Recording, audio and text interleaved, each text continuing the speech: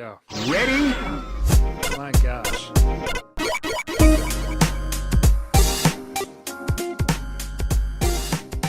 Hello and welcome to Rhythm and Pixels, a video game music podcast, episode 17-9. My name is Rob Nichols. And I'm Pernell. Every week we hang out and listen to great video game music of all consoles and all generations. And this week we're talking about X-Files, the episode where there's an evil homeowners association. Now, I've never seen it, so the episode is pretty much going to focus solely on Rob's interpretation I don't remember how the episode went. I don't remember much. Okay, so scene one.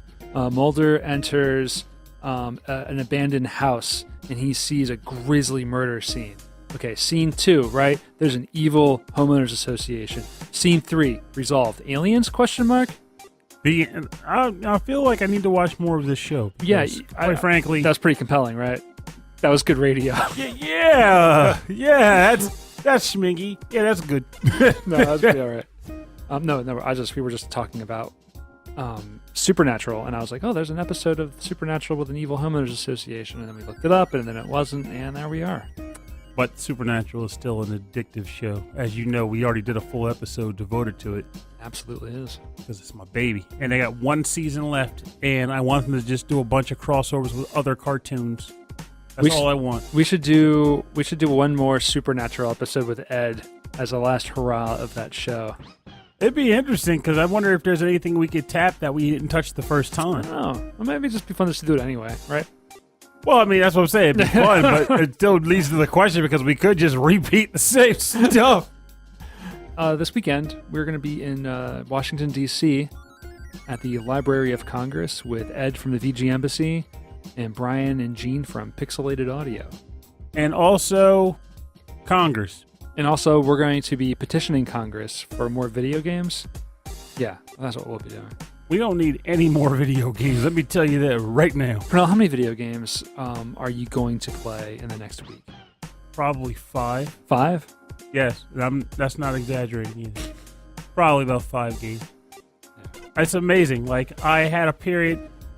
Who am I kidding? I still have that period where I'm like, I'm not going out and doing enough stuff, or, man, dating would be cool right about now. And it's like, yeah, but Pernell, what are you doing with your free time? Lots of game reviews. Game reviews. All that time is going to the reviews. And honestly, I don't even regret it. I enjoy doing the game reviews. I enjoy diving into new material. That's good.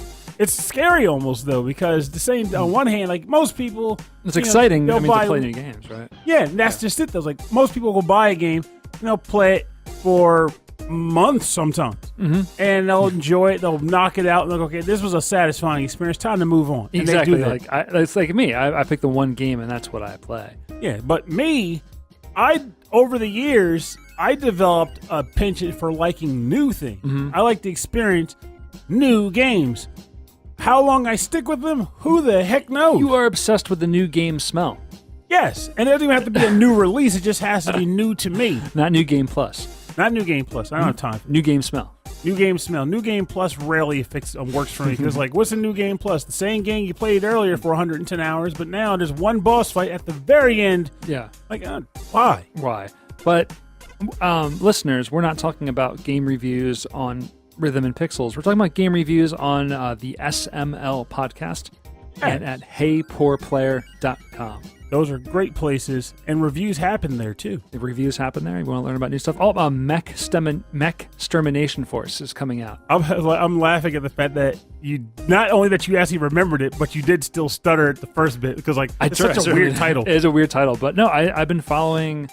Once you told me about it, I started following the developer on Twitter and seeing some gameplay of it, and I thought, whoa, this looks super cool. It's a fantastic game. It actually, I don't like, well, just to clarify, I write for the site, and they require you to do numeric ratings because that's just how things work. It's part of like the whole meta rating critic thing. Yeah, they have to, it just has to be encountered so they can, more exposure, basically. Sure. But I suck at giving numbers, so usually it's like, you got thumbs up, thumbs down? Right. Yeah, that's my mind. Pass, my mind's fail. Like thumbs up. Yes, pass, fail is my mindset. Pass, fail. But in the scope of this game, I actually was like, I love this game so much. I gave it like a perfect score because of just genuine appreciation for, like, it's definitely worth reading the review. But pass plus. Yeah, pass plus. Pass smell. Pacifist.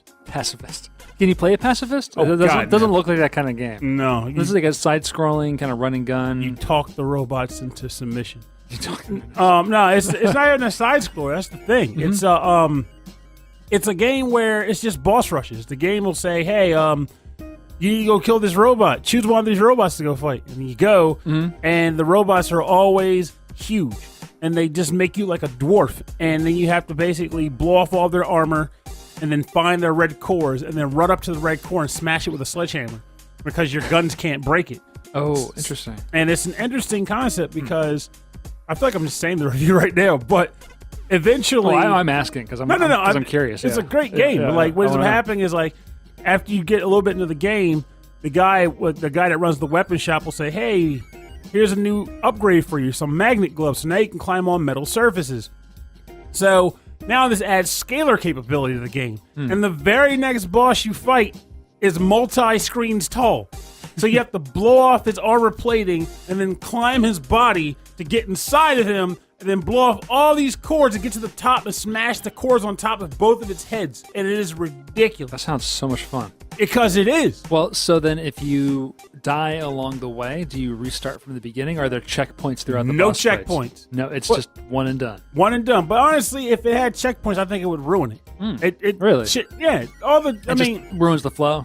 Honestly, I beat the boss. I mean, the first time I fought, well, not the first time I fought him because, oh, God, it took a retries.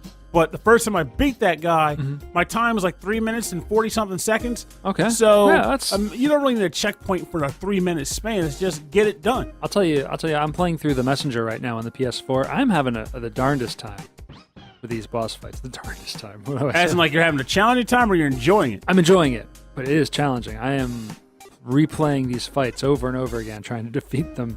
I'm stuck on the dragon battle right now. If any of our listeners know about this, it's just kicking my butt. Now, It's super hard. Now, it's interesting that we're talking about this because it leads into a topic Yeah, that's been all the rage this I know, last week. and it's almost one I want to avoid anyway. But I'll just say, like, I'm enjoying the challenge, but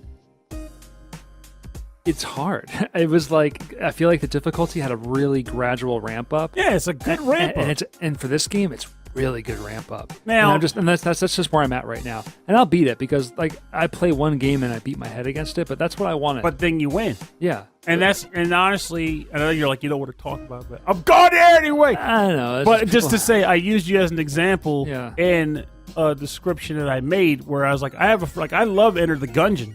Love it to death. I never got past the 4th floor. I got there maybe one time in my life. And I still go back and play it on occasion. And then I'll go, I have this friend, we'll call him Rob, Blorb, who beat the entire game and got the true ending for the game, Sure, amongst other things. because I didn't play anything else. Doesn't change the point. You did it. You played it. You got to the end. You did this thing. Now, you could have just said, I don't feel like playing this anymore. I'm going to go play Final Fantasy X for the 12th time. No. You could have done that. Oh, well, I did, but Oh, you did do that. That is true. But the point is, you enjoyed the push. You were engaged in it. Yeah. And sometimes that is the joy. that is, yeah. It's for me, that's definitely where it's at. I think I've talked about this in the past, where extremely challenging like platformers and bullet hell games I enjoy because it puts me into a zone, Yeah, the and like Zen that, state. and that's like kind of my escapism. Like that's my escape moment. You know, my brain kind of shuts off and it's only focused on the one thing, which is why I love rhythm games so much. To be honest with you, Oh, yeah. I mean, it's like that's my go-to still. I mean, of course, now I own the machine. It's just all I do. It's like 3 minute. It's like tunnel vision in 3 minute increments. 3 minutes, Pernell? Oh, I forgot you play those wacky like 10-minute marathon runs. Heck yeah, I'm working on a 60-minute marathon. Christ. You know, I'm trying to get better at walking up the street to get a soda. No, I finished my biggest accomplishment was on Saturday. Yeah, Saturday I finished one that was two sets of 50 measures of unbroken 16th notes at like 140 beats per minute. So Jesus. it was like about 6 minutes.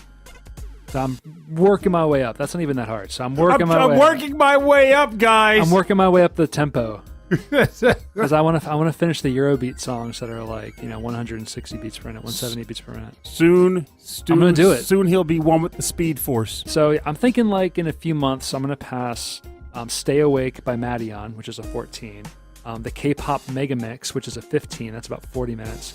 And then Who's Afraid of 138, which is an hour-long stream of like it's pretty much like a trance DJ mix. And it just goes on, and then it's just unbroken. Christ, no. So I need to like prepare for that like I would prepare for the marathon. So who wants to talk about Hot Limit, folks? Like I have to get my there's a really good version of that I have. That's a 14. It's awesome. But no, but yeah, it's short. That's Hot Limit's got a long version from Fifth Mix. Remember that? Yeah, that's the one I know. Yeah, that was good. But I could actually do that long version. That's in my Eurobeat folder. I love Eurobeat. All right, let's not talk about Eurobeat anymore. But we might come back to that. No, there's no overlap. I don't know. Nature finds a way. I love Eurobeat. So this we were talking about future topics, and we thought let's do something special for April, right? Yeah, and the idea ended up being a sort of series of episodes where, hold on, we're going to actually try to talk about our favorite games in specific genres and choose music tracks related specifically to those games. Now, I know what you're thinking. We play completely different games. Right. That is also one thing. That's one thing. What's the other thing? The other thing is, but guys, you tend to pick tracks from games you like already. It's true. And honestly, that may happen again. That's just how it works. Yeah. But nonetheless, it's still just kind of enjoyable to just kind of tap each other's shoulders and say, so what are games that you like? What are your favorite games? Yeah. And just go on a discussion like, I like this game, this is where the music fits into it, blah, blah, blah. And so Pernell was like, hey, let's pick from the games that we love, right? Like our top favorites. Try to narrow them down. But keyword. Yeah. But pick the music based on the games rather than picking the games based on the music. Does that make sense? Like we would normally just, which game, like where's our favorite music at? We would go towards that. This time we're restricting ourselves into the game. And this week we're starting with RPGs. And we're going to be doing this all month. But this week we're going to do RPGs, which is tough because I started making a list of all the RPGs I've played, and it was extremely short. And then I narrowed it down to the ones I've completed because the ones I love I've completed. Mm-hmm. And that's even shorter. I mean, like, I can count them on my hand. Whereas in my one hand. Whereas in my world, the list started large and just got bigger. Yeah, you texted me today. You're like, Rob, I'm worried. I got too much. I was struggling. It was too much. And this is why I have to add the disclaimer that my list is erratic. Honestly, I love tons of games. Mm-hmm. And though I did a pretty solid job of saying this hits the core, at the end of the day, you could probably walk up to me and say, hey, Pernell, what is about that game? Like, that's like my favorite game. And it's not a lie at all. Yeah. It didn't hit the list this night. One thing I also realized when picking through the games that I've played and all this, I'm not an RPG fan. I'm just not. Like, I'm not drawn towards it. So my favorites are the ones that I felt compelled to finish through. So either the story was great or it was the gameplay specifically. So for each of the games, there's something specific about it that compelled me to complete it. And I'll be blunt, I think this is going to be an episode where I'm going to grill you on each of those. Like, what was the thing that drew you? Please don't. No, I mean, not the story. Don't give me specifics. Not the story, just the thing that drew you to the game. Yeah, I'm going to do my best. It's like, I got to edit that. Let me just hold on. Let me just come over here and... let me just delete. Braggle Dargle. Okay, I'm ready. No, this is actually 17-9, so this is, we start with you. Oddball McGall. Yeah, so let's introduce the track, we'll listen to it, and then let's dive into the game, why you love the game. Okay, so the first track I'm going to pick is an interesting one, and hopefully it doesn't seem like an odd choice for this game, but whatever, you'll like it, hopefully. Yeah. It is from the game Earthbound. And the track is referred to as Peaceful Rest Valley, and it is composed by Kiichi Suzuki and Hirokazu Tanaka. My man Hip Tanaka. All right, let's go.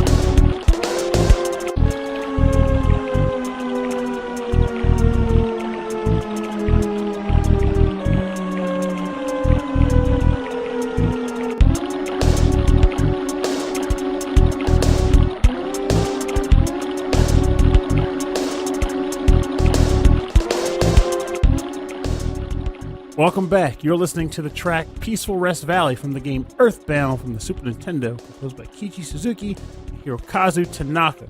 So, first thing to clarify and get it out of the way, yes, that wacky water sound is a part of the track. Okay. Yeah, I like it. It sounds really cool, but it is definitely part of the song. Yes. Yeah. And it is glorious. What about the part that goes... It's like they're going down a slide, and then there's a point where the slide dips harder. Yeah. And it goes, wah. Yeah, and then it kind of levels out, and then it goes again. Yeah. So, like, you're like, what is with this track? And it's interesting. Peaceful Rest Valley. Yes, because this place is anything but peaceful. Yeah, it doesn't sound super peaceful. It's really not. Like, if it were just the sound effects of the stream, like, yeah, that'd be peaceful.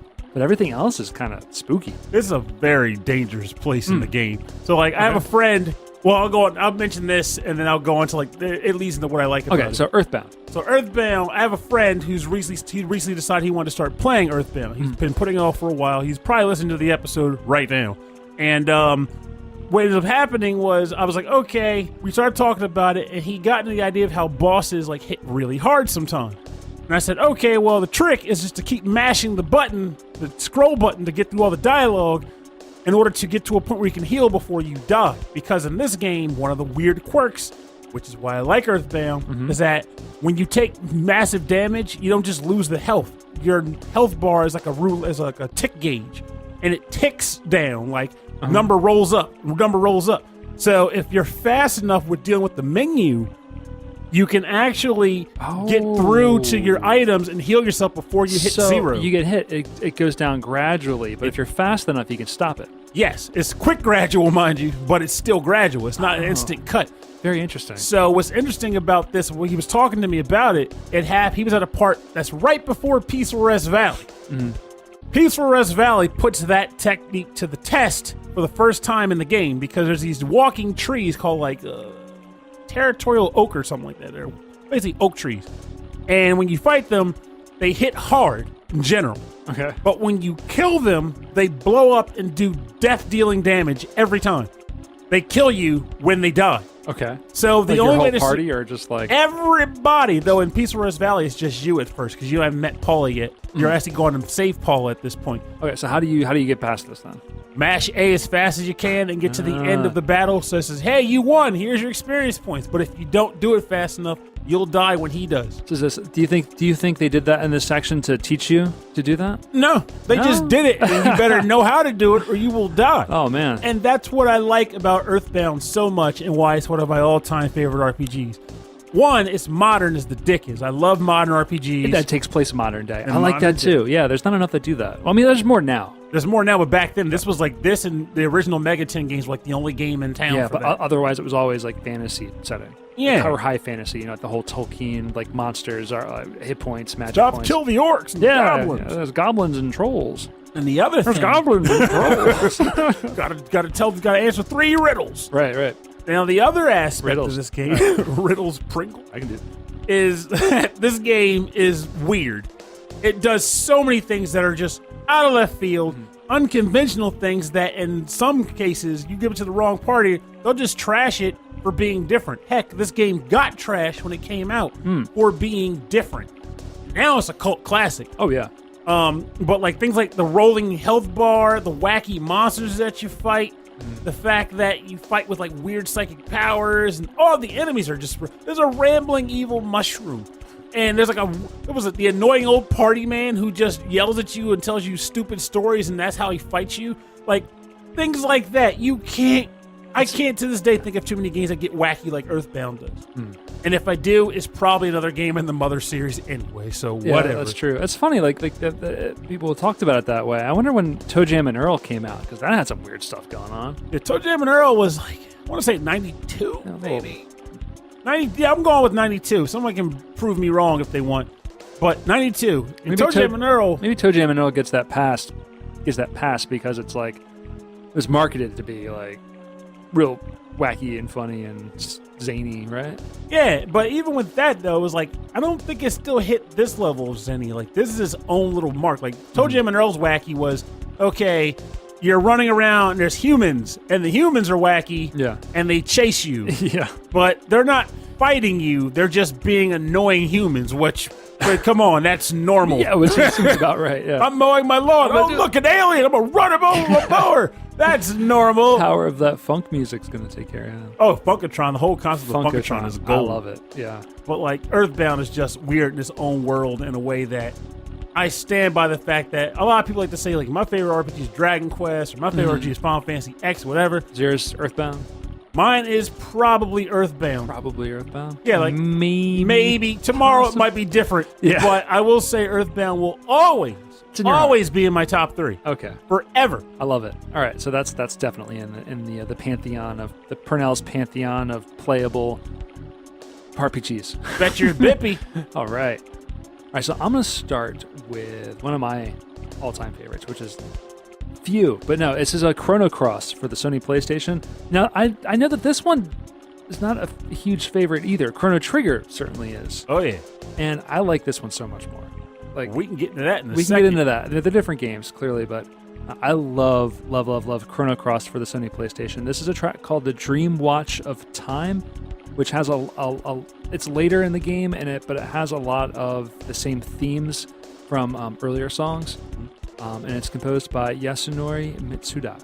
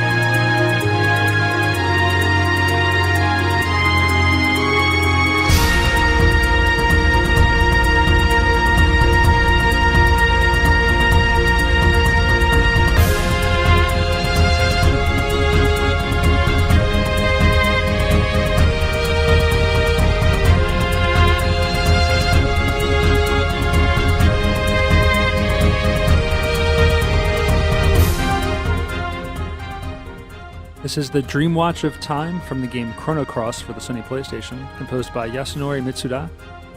And I love this song. It's because it really weaves in together that theme from the overworld, Another World, when you first travel to the other dimension. And it also weaves in the theme of Chrono Trigger kind of together, which is really cool. I guess I kind of can hear a bit of the Chrono Trigger main theme. I'm not saying that's the exact part, but that's the theme I'm hearing. But yeah, that's definitely the theme. Yeah, I forget what that. I think it's just called the Something of Time.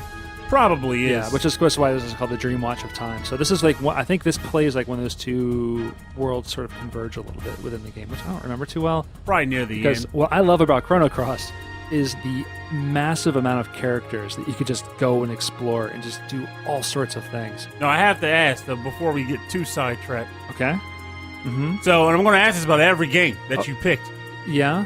What would you say was the thing that made you say, I'm not putting this one down? I'm going to play through this.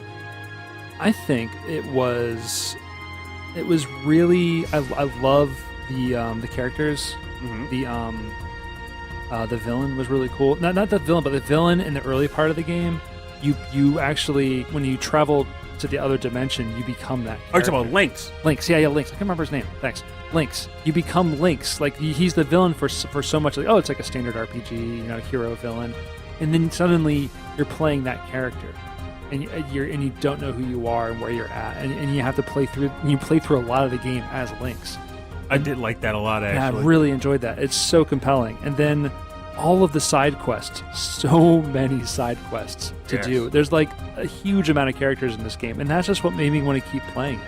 I really enjoyed the magic system, the fight, like the turn-based battles in this game. Like, it isn't the prettiest looking game by today's standards for sure, but when this came out, it's super colorful. The characters are really well designed, especially like on the menu screens. I can tell you this. The artwork is really cool. I can tell you this. Mm-hmm. So I need to get back and resume it, but I actually downloaded it for the Vita and started playing it again because I have fond enjoyment memories of this game, but there's certain aspects that don't stick anymore. Like, I don't remember. Like, for example, to this day, I can't remember exactly what the deal with Lynx was. I know he was like some weird like frag or some component of like the Time Devourer or some nonsense. But I could not tell you right now, honestly. It was such a weird, confusing plot. And that's also going to be a theme of my show today, is that I don't remember much about all these. I just know that the game itself is awesome, but I want to revisit it, so I actually downloaded it for the Vita and started playing it again on there. And it's it looks nice on there. I was talking about this with Christy, and I was like, I would love to play this again on a modern system, but I really don't think this is going to get a re-release, let alone like an HD remix type thing anytime soon, because it's just not like people don't love this as much as some of the other games. Honestly, that's part of what bugs me about a lot of the re-release market anyway. Though I'm obviously probably being unfair to the companies in some respects, but games like this I feel like deserve like remasters and remakes. I love this game so much. Even if you don't like Chrono Cross, there are other games in this era of RPGs that could totally stand to get a fresh coat of paint and a re-release today, and they would feel like brand new games because of how archaic they looked originally. But instead, we're getting like, I don't know, like another remaster of like Borderlands. Yeah, we were talking about that earlier. But like, really, if you don't have the time to play Chrono Cross, or maybe you weren't a fan with it to begin with, I really I recommend going on YouTube and listening to the full soundtrack, because it's one of the best. It's absolutely one of the best. And there are a lot of great, not remixes, but rearrangements by like string quartets and orchestrations of the music that are fantastic. It's moving. It's so good. Yeah, I will say that no one's divided on the OST for this game. It's well renowned at this point. Yeah, Mitsuda is fantastic. And he is, one half of Base Escape from Grand Kingdom. Still love that name. I know, I love that too. I need to go back to Grand Kingdom Hitoshi Sakamoto. It's some really cool stuff. We need to get on this blueprint for a hyperbolic time chamber, just like the Dragon Ball one. That'll get us all the time we need to play all those backlog titles. I just need to stop time. Yes. To play more RPGs. That's a thing, man. It's real. I'm getting older. 46 years old. It's 46, tough, man. Right. Hard. All right. What is your second game? All right. Well, I'm surprised I'm even picking this, but I listened to this track so much at work today that I think it still works for the episode. Surprised to be picking it. What's it going to be? It's going to be from the game Shin Megami Tensei Devil Survivor 2, and the title of the track is called Countdown. And it is composed by Kenji Ito and the Atlas Sound Team. Yes. So this is, from the ones you sent me, this is the only one Kenji Ito was involved in. So it's Kenji Ito, and then also composing is Kenichi Tsuchiya, Atsushi Kitajo, Ryota Kazuka, and Toshiki Konishi of the enormous Atlas Sound Team. Ginormous. Right.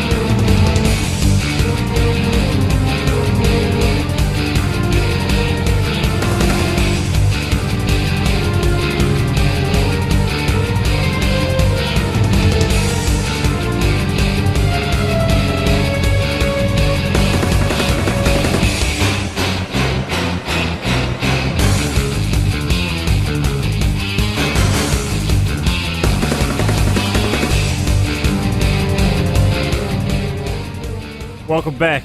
You're listening to Countdown from the game Shin Megami Tensei Devil Survivor 2 for the Nintendo DS, composed by Kenji Ito and also the Atlas Sound Team, Kenichi Tsuchiya, Atsushi Kitajo, Ryota Kozuka, and Toshiki Konishi. So, this is also known as that track that I unintentionally had playing for over an hour in my office today as I was rushing to get all of my work done in order to get out on time. Spoiler alert, I did not get out on time. No. But I still did a lot in a short amount of time. That's okay, because you were a little late, and then we met up for water ice. That's right. Delicious water ice. Oh, I mean, I ate frozen custard, but it's all good. Yeah, well, I had water ice and custard. You like the mix. Better believe it. Yeah, It's the yeah. way to do it. So this track, it's a short loop, but it's a glorious loop in the game. This track, as you can probably guess, Is it boss? no. Oh. This is like a story type track. It plays during moments of crisis. So a situation where humans are being attacked by monsters, and you're like, okay, we got to save them. What do we do? Okay, come up with a plan. And everyone's trying to sort things out. And then eventually it's like, okay, battle set. Time to choose your party and dole your people out and get saving humans. But this is a very, very good track to get the tension going. Oh, my favorite part's even coming up. Oh, here it comes. Dun, dun, dun, dun. Very creepy. That's cool. But I love it. Yeah, yeah. I love the entirety of this OST. There's 2 other tracks I brought for this episode, and they'll probably end up coming up on a later episode. One in particular with a topic that I had in mind. But why do I like this game so much? Well, Devil Survivor 1, I believe, had the better story. But the reason why I chose 2, 1, because I wanted this track badly.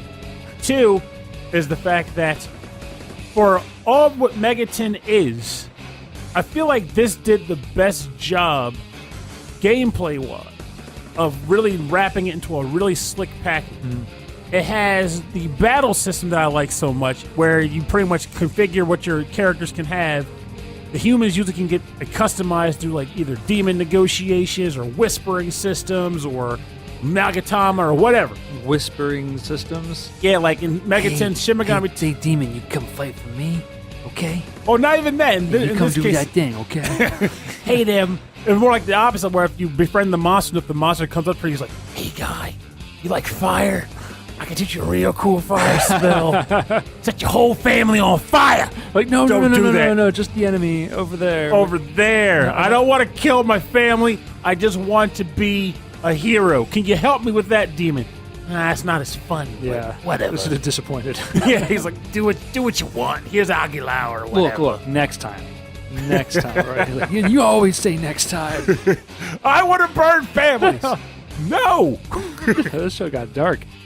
But Well, basically Devil it's- Survivor is a dark series. Oh, they're all dark, though. Admittedly, Devil Survivor 2 is probably one of the lightest of the Megaton games, side stories or otherwise. Okay. But I like how it combines the combat system that I like, as well as like the demon and skill customization system of previous games.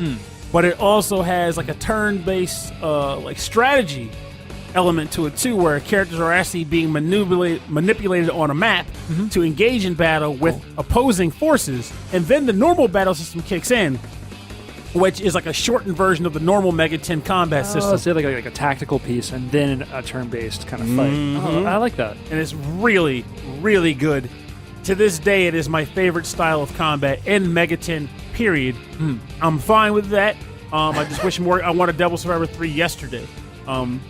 And quite frankly, I feel like the game itself is even kind of underappreciated. I don't really hear a lot of people talk about it. Like, Do you think it's one or because two. maybe it's because it's on the DS? Very possible. Yeah. Because I know they both got remakes on the 3DS with added content and the like, and they may well have not have sold very well. So maybe it's only a matter before we see it on the Switch. Oh God, that'd be nice if it did. I mean, it would get weird because they did a good job of utilizing both screens on this, mainly for menus and stuff. Oh, but I see, still, I it was see. a nice use of it. Yeah, So they that's could- the thing though. Like, you can't make things backwards compatible if it was so specific to the hardware. It's like, oh, I got the new Nintendo Switch. It's backwards compatible to the Virtual Boy. It's like, Well, I mean, it depends on the game because they'll find a way. Like I wouldn't have thought the World Ends With You could have been functional on the Switch. That's true. That's right. They changed the controls, right? They got rid of the entire second battle screen. It's like, they're like, we don't need that anymore. Right. They just burned it and then just burn the family. Whatever.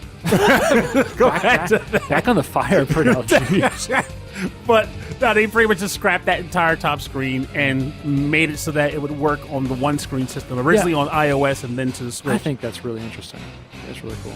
But like, I love Megaten to death. Yeah. I love a bunch of games. Like you might have heard me mention in previous episodes, Digital Devil Saga being a love of mine, and it still is. Yeah. We play a lot of that music from Shoji Meguro. Mm-hmm. Yeah, super good stuff. And of course, Persona 1 and Persona 2 are my top dogs. Oh yeah. But so you might be thinking, why not pick from those? And the answer is simple. One, this is my flavor for the day.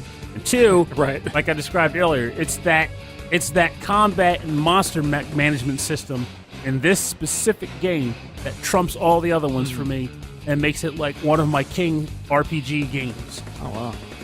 Highly recommend it. Well, then let's stay with the Megaten offshoots because I'm going to play a track from Persona 3 Fez for the PlayStation 2. What do you think about that? That's all right, I guess. It's okay. It's okay. This track is called The Snow Queen, and it's composed by Shoji Meguro and Kenichi Tsuchiya.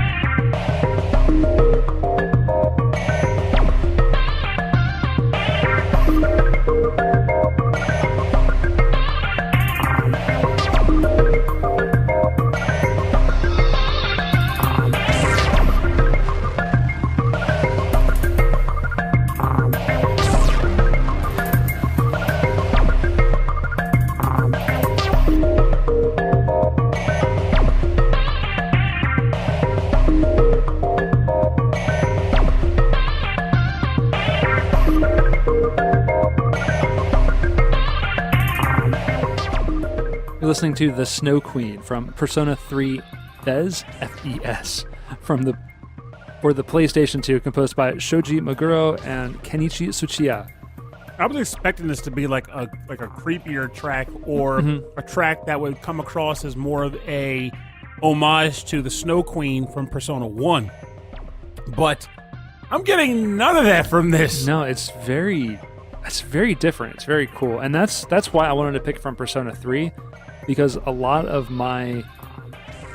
what drew me into this game was the style. Like, I've never played anything with this kind of style, and I just had to see it through. And then, of course, like... Now, when you say style, are you referring to, like, the menu aesthetics or the way the game flows? The characters, and the way the game flows, too. Like, in sort of the menus, but, like, the way everything looked. Like, the way you flowed from, like, having a daytime to a nighttime, the daytime doing all of, like, the social stuff, to going into the nighttime, where you're essentially just grinding the same dungeon over and over again, is what it felt like, to all of the battles, which are very, very heavily, like, fighting against certain elements, right? Like, it's always, like, one element against the other, you know, where are the correct tactics to beat this or that, and then grinding it out to get to the next boss.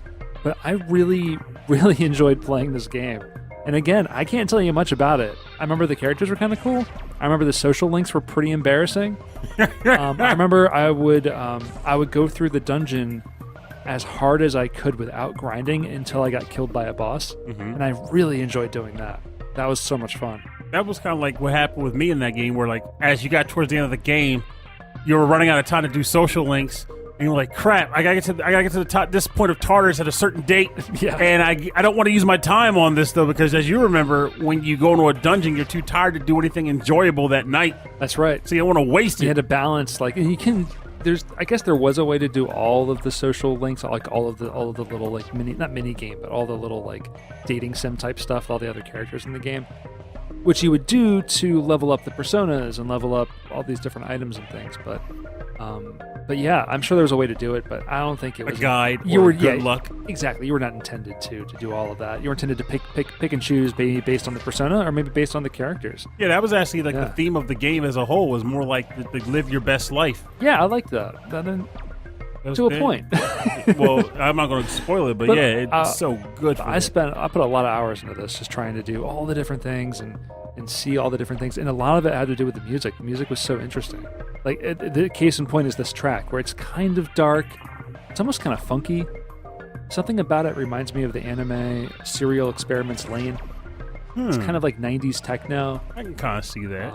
Like if she were walking to like a cyber cafe or something, this would be playing over the speakers. Yeah, exactly. Yeah, it's very like, it sounds like very, it's called generative, I think it's generative music, or it's like computer generated music where a composer wouldn't write the music. The composer would write an algorithm that would generate the music. And then you sort of just let it go. And you get a lot of happy accidents out of it. I like the happy accident. Exactly. Or you just get 10 minutes of just weirdness. And that's what this kind of sounds like to me, but it loops really nicely. And it has this little funky little which I really like. But it's cool. It's a cool track. It does have me wondering even more so now if P5 would click for you, because the way you're describing why you like this so much, a lot of that's in there too. I know. That's what I'm thinking. Like I should probably play Persona 5. I should probably do it. People love it. I mean, you spent a lot of time in that world. It brought me back to playing games again. That's true. At a time where I'd given them up. Yeah, that was like. I mean, I wonder if we can actually reference the episodes where like that occurred. I can't remember the exact episode, but I know this happened actually close to this time 2 years ago, because people have been posting their Persona 5 acquisition memories in Facebook. Oh, and they've been coming back? Yeah, because it released this week 2 years ago. And, of course, that's on my list, too. And I'm like, oh, here's my collection of all the Persona games that came out in America. And I'm playing it. And I was like, I can't believe it. I put this in just to see what the intro looked like before making dinner, and then I stayed up till 3 in the morning. Holy crap. Yeah, this is weird. Wow, I'm still in this game. I like games again. What happened to me? It was really nice and something I was very happy to experience. Yeah, I think it's not like a funk. It's like maybe like someone stops listening to music because everything's old, and they feel like they've heard everything, and then suddenly they hear one song on the radio where someone plays it for them, and like it changes everything. Like, I didn't know you could do this. It's revitalization. Yeah, it clicks in your brain. It's like hits the starter engine, right? Oh yeah. And I needed it. One last thing I want to mention about this track was our mutual friend Mike was still living in the East Coast-ish area, and he brought this up to our house when he was visiting one time because he was like, "You got to see the opening of this thing." Is that how you got into Persona 3? Yeah. I never knew that. That's how I was introduced to it, and so thanks, Mike. I had no idea. Yeah. There it is. See, now what you gotta do is visit again and bring Persona 5 and go, "Hey, Rob, you gotta check out this intro. You're gonna love it." Yeah, he's gonna show up. Of course, he lives much further away now, but that'd be really funny. It'd be really strange if he showed up. It would be hysterical too. I wouldn't turn it down. True. That makes two of us. He's a great guy. He's a good friend. Okay, we're on to your third. And I have yet another track. This is it. You only have 3 top games. Everything else gone forever. Desert Island rules. No, I'm kidding. No, you can't do that. The one thing you promised me, Rob. I have to admit, there's more than 3 games or 4 games. Wink, wink. That I could possibly comment on here. But I'm going to try anyway. Okay. So here's a track that everyone's going to probably hate me for selecting, but I love it, and it needs to get played on this show at some point in my life. It was happening today. I'm so curious. I'm looking at your set list. I'm thinking your massive set list. I'm like, which one would people hate you for playing? What is it? Well, you'll find out because it's coming up now. It is from the game Star Ocean 2. The second story is titled Dynamite. It is composed by my baby friend man, there it is. Motoi Sakuraba. Your baby friend man.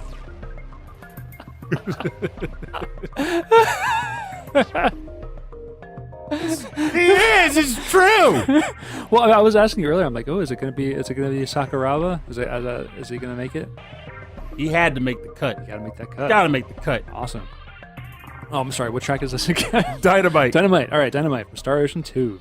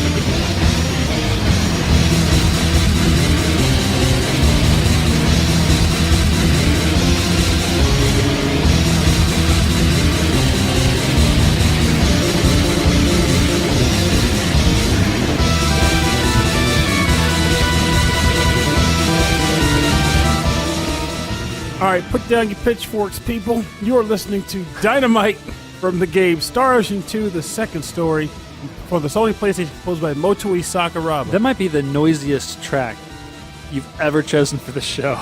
Yes. There's a lot. There's a lot of. I mean, and not noise in the pejorative, right? It's like noise in that, like this section in the middle where it's like supposed to be like a guitar riff. It is grungy. Yes, Yeah. like if we were ever to have done, we would not because it wouldn't make sense, but if we ever did an episode on stressful music, This is stressful. this would have made the top cut. Oh, your last track was pretty stressful too. Yeah, but that's true. Well- But this is like, I feel like this is probably the most stressful music track in gaming that I like Okay. easily, and it Do fits. you think this reaches like? Do you think this toes the line to like not like? No, that's for me. I love it. Like this is my kind of thing. I like Okay. noise. I like grunge. I like noise punk. This is all me. Yeah. But I know there's a lot of folks there's like two schools of music in like the world of like video game OSTs. There's like these well composed melodic tracks that just kind of go along. Like I can hear the tempo change. Yeah, it's really oh, it just true. feels Yeah. soothing. And then there's this. And then there's skitching. Yeah, there's sketching. Just a bunch of noise that the composer goes, this sounds good. Now I'm going to throw a chalkboard scratch in there. Just with that. All right, now this dog's going to start barking. Start barking, dog. And then, okay, now this pot's going to hit the floor. Smash. You know. And that's this. It plays during the boss fights in the game. And as you can probably guess, All the boss fights? every boss Every fight, boss fight is except for like the last boss, of course. Yeah, because like this is very atypical. I think of maybe I think it's atypical of Motoi Sakuraba. Do you think it is? Yes and no. Like, I feel like over the years, though he got more into synthy stuff. And Oh, yeah. while his I music love- can totally bring stress and pressure when needed, I don't think it ever quite does this. Like, this is rare for him, I think. Do you This think style. Maybe this is the other composer, Ken Nagai. Like, he stepped inside, it's like, hey, take a break, man. I got this. Yeah, or maybe Sakuraba did something and then Ken walks in. Yeah, I got this. He's the guy that's doing the drums. Like, Yeah, he's the one on the cymbal. it's like crash at the cymbal. like, That's I- what this piece was missing. I just sampled the perfect cymbal and rides.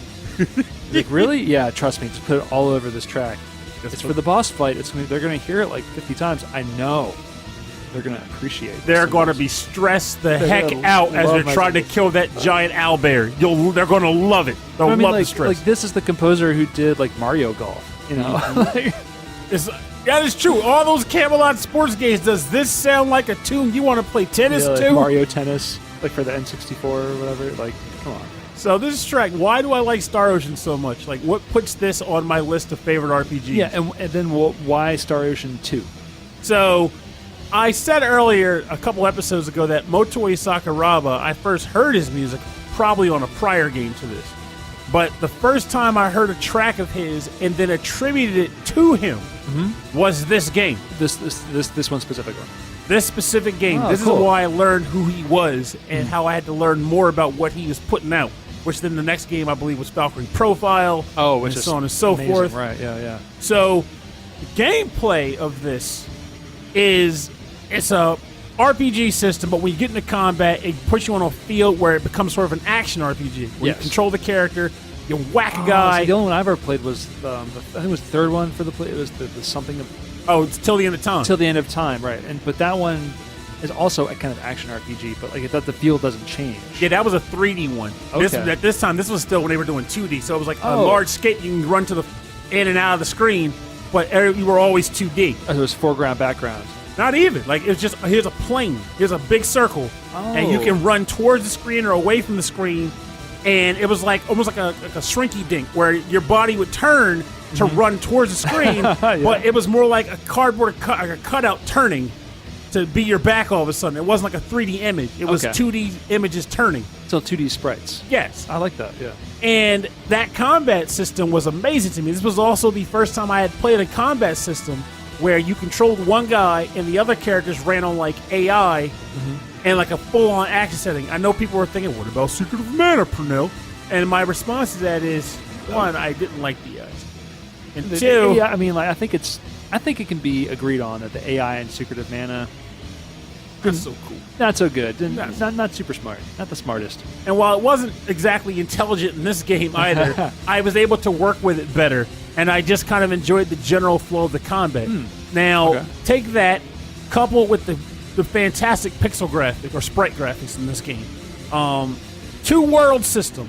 One of the only RPGs I had played before I got really deep in the Tales games that had, like, here's one world, and then holy crap, it got destroyed, and now you gotta go to another world. Yeah. Like, it was a major story element for me. I love the fact that like, it was like a weird, it wasn't a job system. It was like sort of like a crafting system. Okay. But the characters could get involved in trades.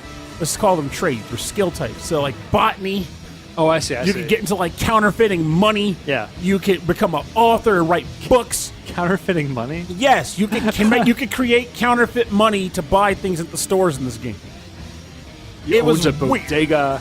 Yeah, you could become Librarian. You could become a don in this game. You could not become a don in this game, but it'd be interesting if you could. But there were like 30 or 40 different like job skill things you could build up, and they all were attributed to like just odd elements of the game. Like I said, you could like counterfeit money, you could write books, you could write. It was like grow plants. Okay, right. Grow plants. You could cook food. So all that stuff kind of worked back into the game systems, like with the Yeah. food you would eat. Every for single health and thing. stuff. Yeah, exactly. Every single thing you could create or compose. You That's could write. You could write music.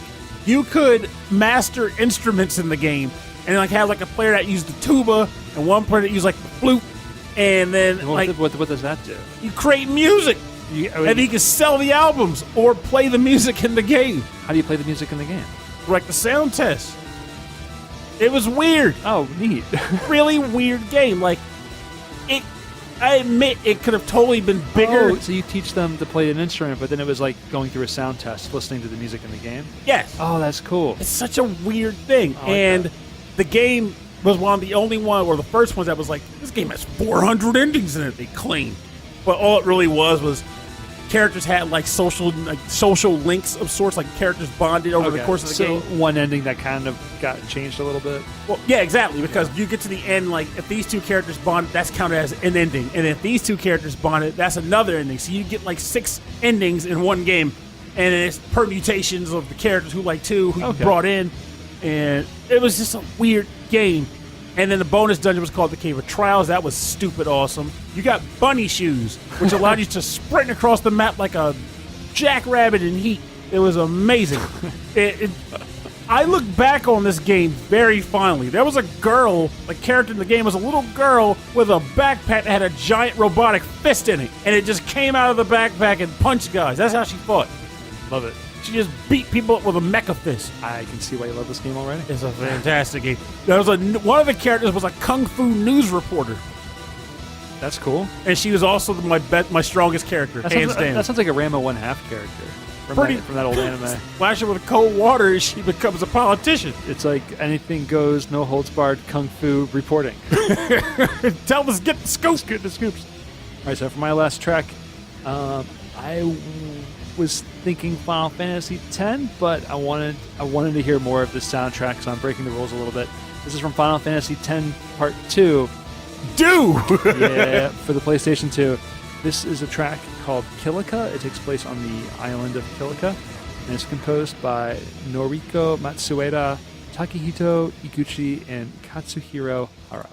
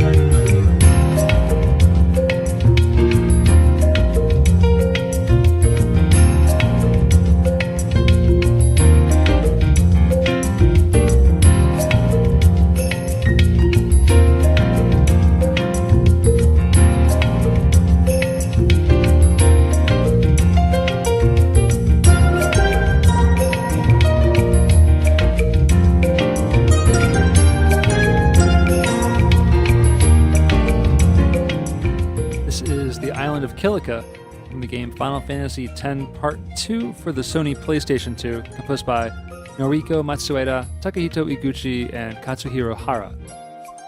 Yeah. So I picked 10-2 because I think of all of the Final Fantasy games I've played and all of the turn-based like battle systems that I've played, I think 10-2 is my favorite.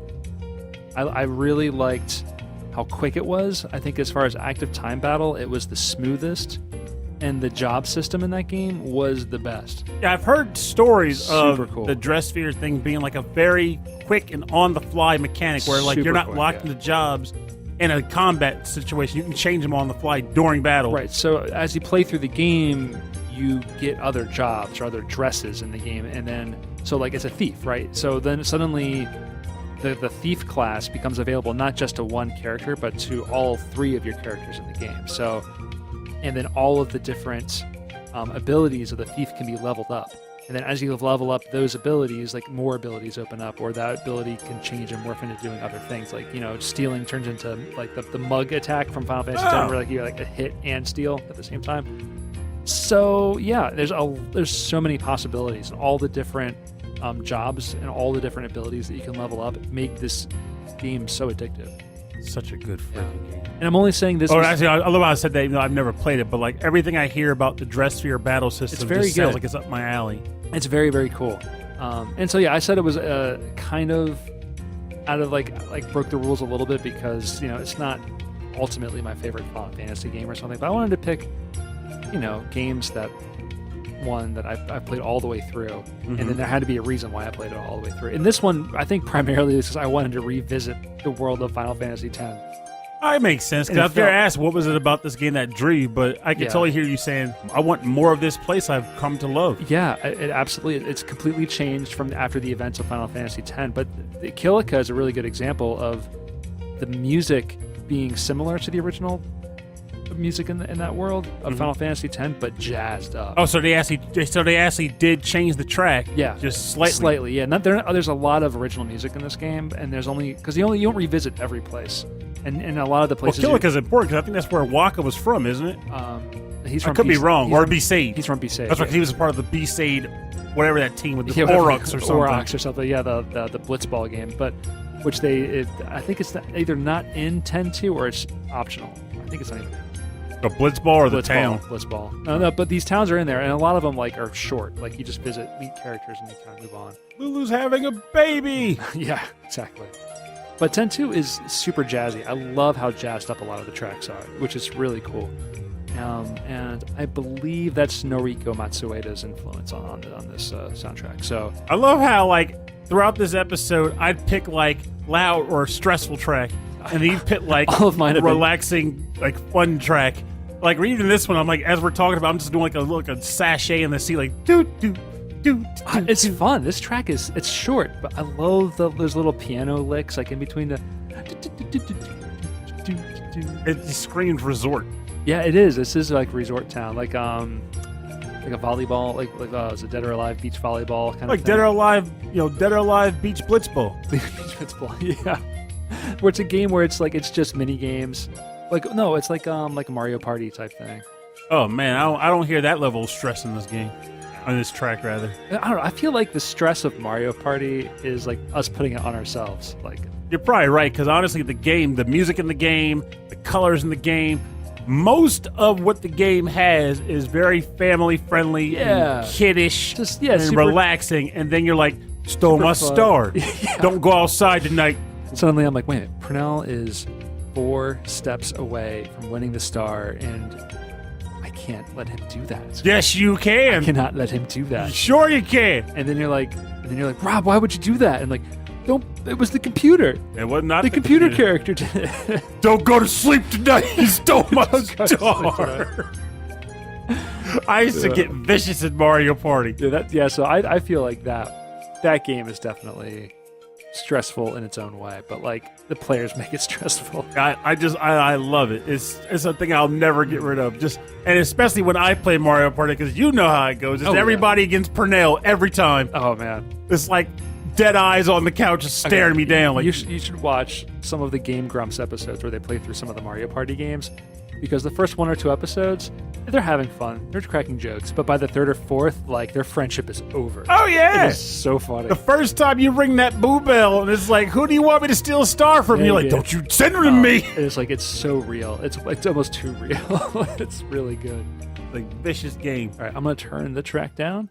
And we're going to get into the part of the show we call the bonus round. Bonus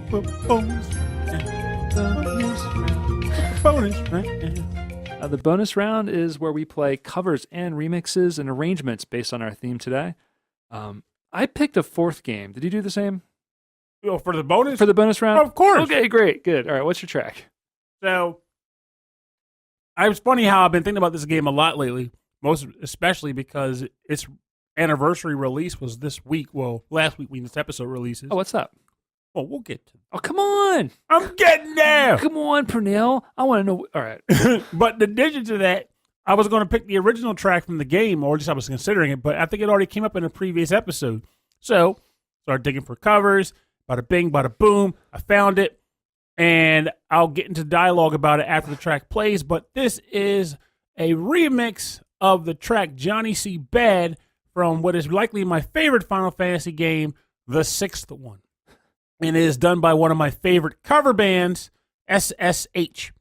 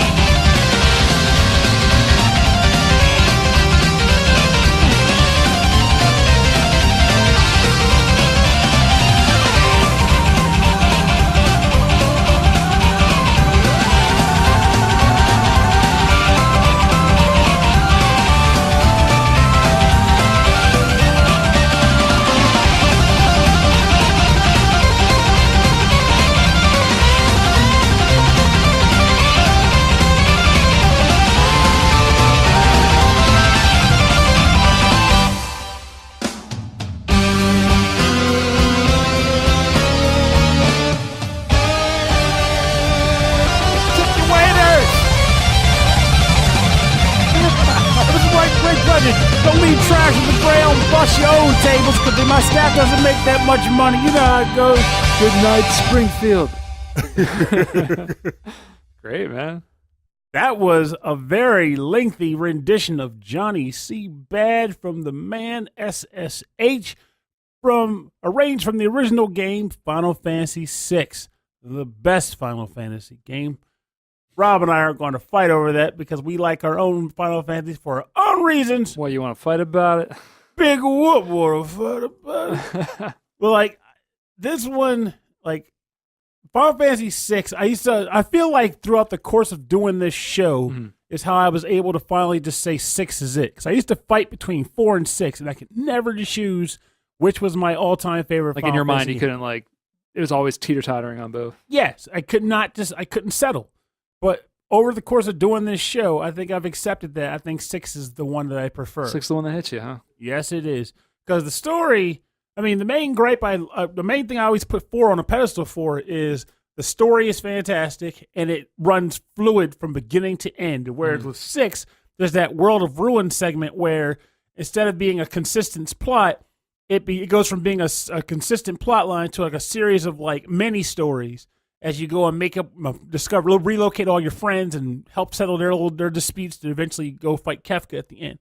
But honestly, the overall concept of the game, just the element of Kefka being a excellent villain, the idea of how you worked with espers in that game and you could customize your party. This was like the first Final Fantasy game that I played because remember 5 didn't come out here originally. That's correct. Yeah. This was my first RPG where like all of the characters could pretty much be whatever you wanted them to be. Yeah. And the espers were a large part of why that was. The colors in the world, just the way it was designed. That I was just going to sound. I was in love with the etching around the character sprites. Yeah, I see. Yeah, it was kind of like a black outline almost. Yes. Yeah. It made them look defined. It was a splendid visual game. Yeah. I was enchanted by it. And I love the the magic meets machine bit because Final Fantasy IV started with that a little bit. Yeah, but 6 really, and it opens with the robot mechas like going through the snow and entering the city. Like that's really neat. Yes, that's a cool opening. So good. All right, so my track comes from Skies of Arcadia for the Sega Dreamcast, the system that didn't have a whole lot of RPGs on it. Now, for the record, folks, I did have a shot in the dark on this. Like, I bet it's going to be Skies of Arcadia because he hadn't called it yet, and this is his baby. Had to make an appearance. This is a newer. It comes from a newer remix album that was released on Overclocked Records. No, Overclocked Remixes. Overclocked Records! Overclocked Remix Records. Anyway, this is called Victory, Glory, Profit. This is the victory theme for a normal battle and for the ship battles within Skies of Arcadia. This is by Glacial Spoon. Real name is Robert Kemp.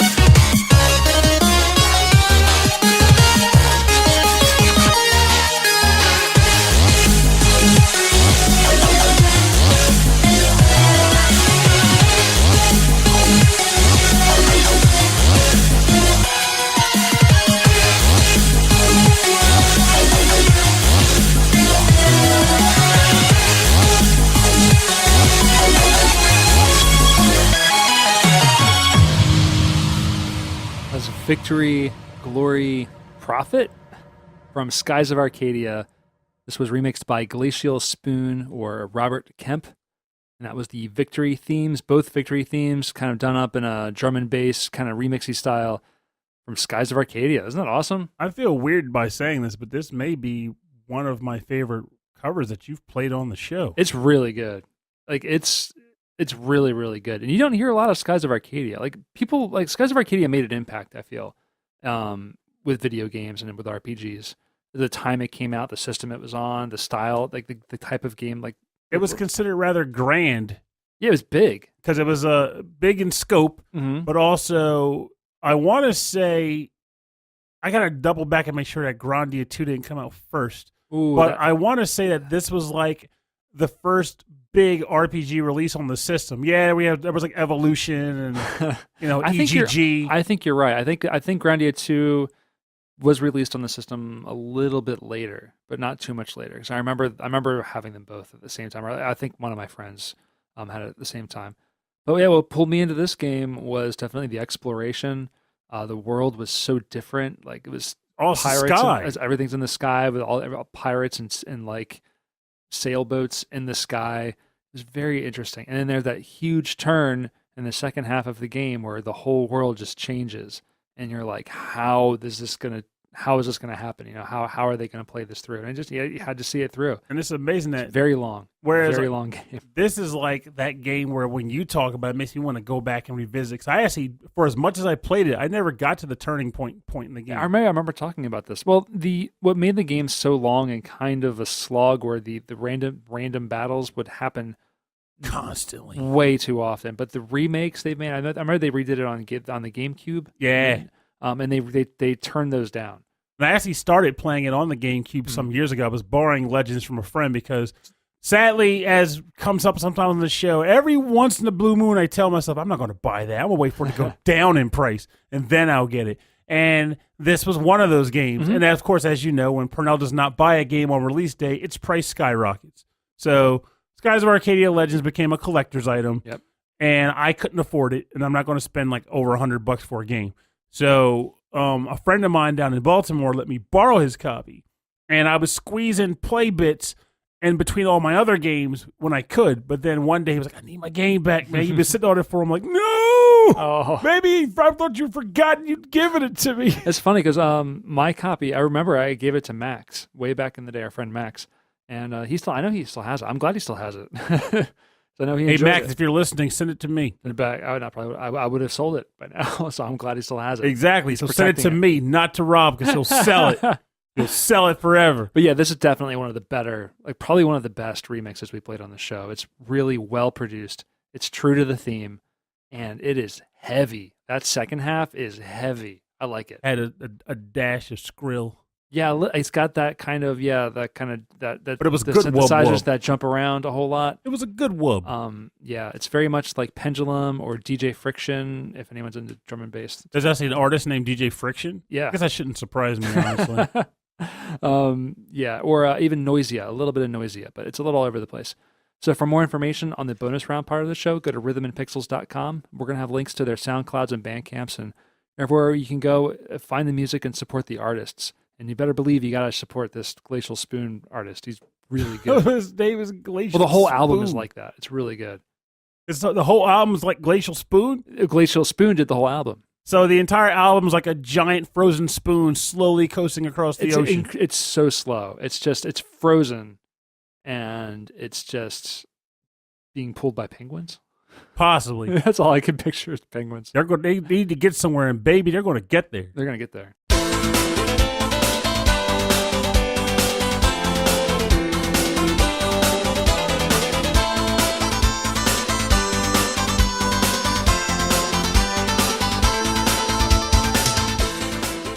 Thanks for joining us on episode 17-9 of Rhythm and Pixels, our first episode of our favorites. And this is our favorite RPG games, our favorite role-playing games. And you know we weren't going to go on this episode without getting Ease in here at some point. I'd never be able to live with myself. This is from Ease Part 1 and 2 for the TurboGrafx CD, which is like your... that's my choice. That's your nostalgia trip right there. Like, that's everything. Yeah, like I've listened to Ease Chronicles, Ease Eternal, the original PC 98 version of this. Yeah, the original E's, but like for you, it's the CD. This is the one. Like I was listening to the E's Chronicles, which is the most recent re-release version of this, and it's kind of done like in a Mexican like salsa style. Oh, cool. And people were like, "This is the best version of this track yet." And I'm sitting here with my arms crossed like an old curmudgeon, going, "No, this has nothing on the CD version. When I was a kid, we played this track and backgum, we liked it. We explored this shrine for hours. No idea where we were going. No idea if we could save that poor girl in the bell tower. Oh, you were but babes. We babes. We babes. Like this track, this game, I've said it a lot on the show, so I'm not going to go bonkers, but this track resonates with me at a deep level. It makes me feel like I'm coming up on the end of an adventure. Yeah. And yet, baby, you can hear this, your adventure's just getting started practically. It's amazing because this song sounds like the adventure's getting started, you know? It's really cool. Yeah, it's like, I feel like Solomon's Shrine is half of E's too. Wow. It's such a big location, and you do so much there. So much. God, I love this music. It just feels, doesn't it feel good? It feels good. And the sound of it, too. It's not chiptune, and it's not like arcade kind of crunchy sound. It's definitely of that time. I like that. Makes me think of I Goldberg. Makes me think of J.C. Penney's. No, Pomeroy's. Pomeroy's. Yeah. I don't even remember Pomeroy. Rose's Department Store. All kinds of crazy stuff. Caldor. I just have that weird memory of like going to I Goldberg with my dad for snow boots. Oh yeah. And he made me stop playing this game while I was in Solomon's Shrine, about to go to the Campanile Lane. And all I could think about the whole trip was getting back and saving the girl on the bell tower.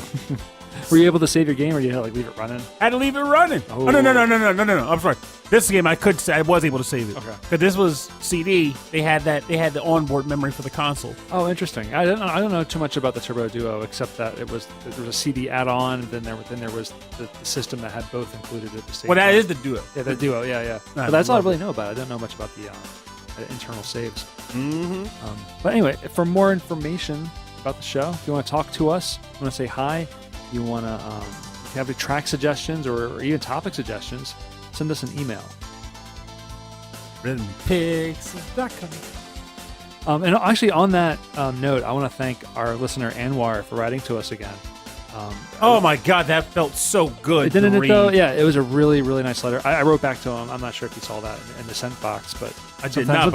Sometimes we do things we don't tell each other. But I hope you got our message okay. And I'm glad that we reached you. It's something to be said. It. Like he wrote us from the other side of the globe, and we live in a world where everybody and their grandma wants to fight about what someone else is doing, what some other country is doing, what these guys are doing. But at the end of the day, we're all people. Yeah. We all love being people. Yeah, we want to play video games or yes. do things we enjoy.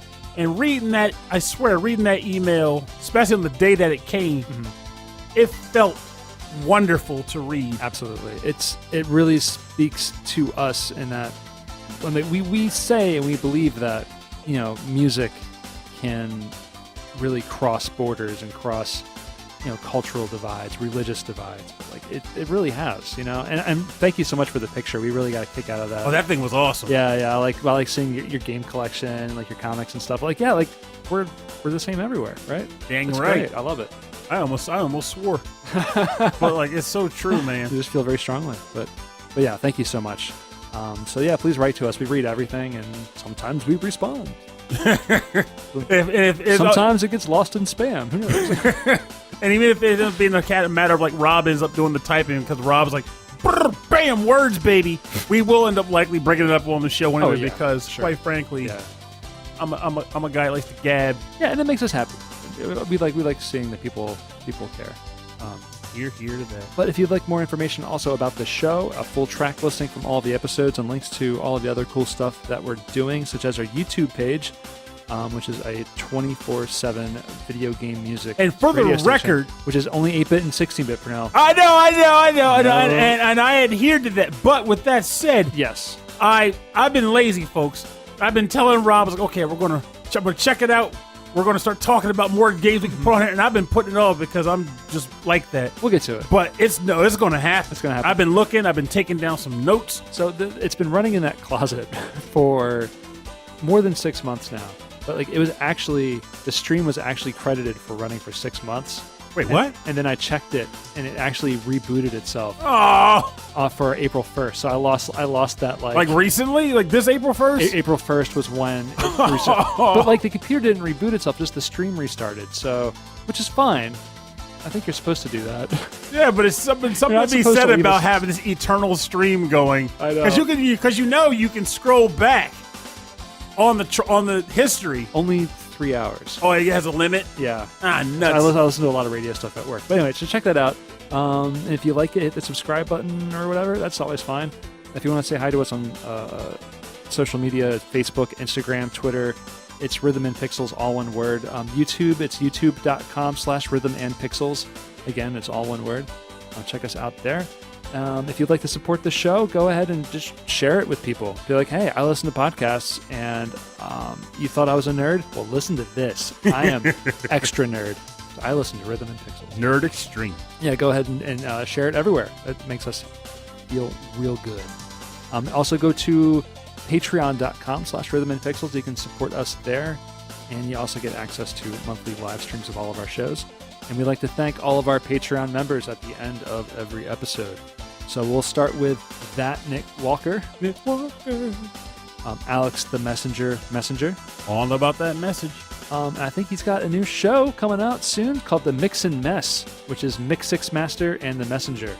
Such an interesting name, and it fits Mess. Their names, too. I know, it's really weird. Chex Mix. Chex Mix. I hope they should do like a serial thing every episode. I'd like that. All right, I want to thank Steve Miller. I'm back on the Mix and Mess. If either of them listen to this show, and you hear this, your jingle should have some weird cereal jingle type sound to it, like "Have another bowl of Mix and Mess, yeah," or something like that. It just fits. Mix and mess in the morning and mix and mess in now. I have no idea. Mix and mess in the morning, mix and mess in the evening, mix and mess at supper time. All right, so I want to thank Steve Miller, the Autistic Gamer, Cameron Worma, Christopher Shenstrom, Damian Beckles, Bobby Arson of the One Up Funk, Wicked Sephiroth. The One Up Funk, which I think has an album or a few tracks that are being released this past weekend. So go check that out. One Up Funk. I'm just gonna say oneupfunk.com. And also, if you're listening, you should probably Google that first. Well, Bobby, I was about to say, Bobby, if you're listening to this actual episode, hit us with some details. Yeah, we'll share. And we'll share it. That'd be good. Wicked Sephiroth. Okay, Impala. Carlos Kung Fu Carlito from the Heroes 3 podcast. He's been sharing stuff with Sammo Hung, who's a Kung Fu action star. Mm-hmm. He in the 90s, he tried to break into American TV, and there was a TV show that didn't really make it, but I was so excited when it came out. I got this odd feeling if you named the show, I would know it, too. I don't know. I gotta look it up.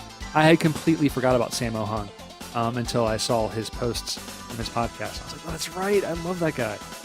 He's really, really funny. I want to thank Henrik Anderson of the Camouflage Commodore 64 podcast, Michael Bridgewater from the Forever Sound Version podcast, Brian Pitt, Morton Gangso, Chris Murray, what's up? Jupiter Jazz, Solus Sanctuary. Again, thanks for that. This awesome artwork. It will live on in infamy. It's Persona 5. Yes. I would never know. I thank Mix Master, Joe Fasalo, Chris Senerson, and David Smith. Thank you all so much for your continued support of the show. It means more than words can describe. So here's a bowl of gravy. So here's a bowl of Mix and Mess. Delicious. Thank you all so much. Next week, we have another top favorites from Pernell and Rob. I'm not sure which one it is yet. I got a feeling that since RPGs was like my idea, and it was kind of more weighted on Rob to be like, crap. I think this one will probably be his next call. Next one's going to be raunchy PC98 games. Oh, well, I'm going to fail there. Here's more marble cooking. No, it's probably fighting games. Anyway. Yeah, we have some in mind. It's on the calendar. I'll think of it later. But tune in for that. And then at the end of this month will be our Patreon live streamed episode, and I think it's going to be Patreon favorites. Yeah, so just like how we've been doing it for this one and the next two, what we're shooting for is tracks from your favorite games. Not necessarily just tracks that you think sound good, though we want that too, but focus more on like games you like and then give us music from those. And if you got a testimonial to go with it, hey baby, all better. Hey baby, all better. I love that. All right, well, I want to say also too, last episode was episode 170. Really? It's pretty amazing, right? Climbing sky high. And there's more in the feed, or there's more that should be in our feed, because of like our podcasting anniversary shows and stuff that aren't numbered. But yeah, it's 170. It's pretty cool. Kicking butt and having fun. So yeah, at the end of this year, we're gonna have 200 episodes. So we'll have something super fancy. We could even have maybe a musical. Maybe, yeah. Rhythm and Pixels the musical. Yeah, I like that. It needs to happen. Yeah, so yeah, we do have some plans in the works. If anybody out there is a good writer, wants to write the musical, we're not going to stop. Yeah, we'd appreciate it too. If the whole thing is just Johnny C. Bad. Yes. How many times can we sing lyrics to this song? Oh man. Well, anyway, I gotta get out of here because I am gonna crash. So this has been Rhythm and Pixels. My name is Rob Nichols, and I'm Pernell. Thanks for listening, and have a safe week. And remember, so I know a lot of time on the show you'll hear me discuss and talk about difficulties games. Like, I like this. But no matter how you slice it, you got to remember, I'm just spouting things I like. And everyone likes different things. And you are free to like whatever you want. Because at the end of the day, we all play games. We all are here to have a good time. And what you're looking for is going to be different than it is for everybody else. You want a game that makes you relax? There's tons out there for that. Look them up, play them, talk about them, and share them with your friends. If you want a game that makes you want to break your teeth in for, well, first of all, why would you want to do that? Sure. But if you want to play a game that's really grating and challenging, they're out there too. Go look them up and get that head against the wall feeling of satisfaction from completing them. There's so many options, though. So bloody many that it shouldn't be about who's playing the wrong stuff. It's just about playing what's right for you. Just go out and have fun. That's what it's all about.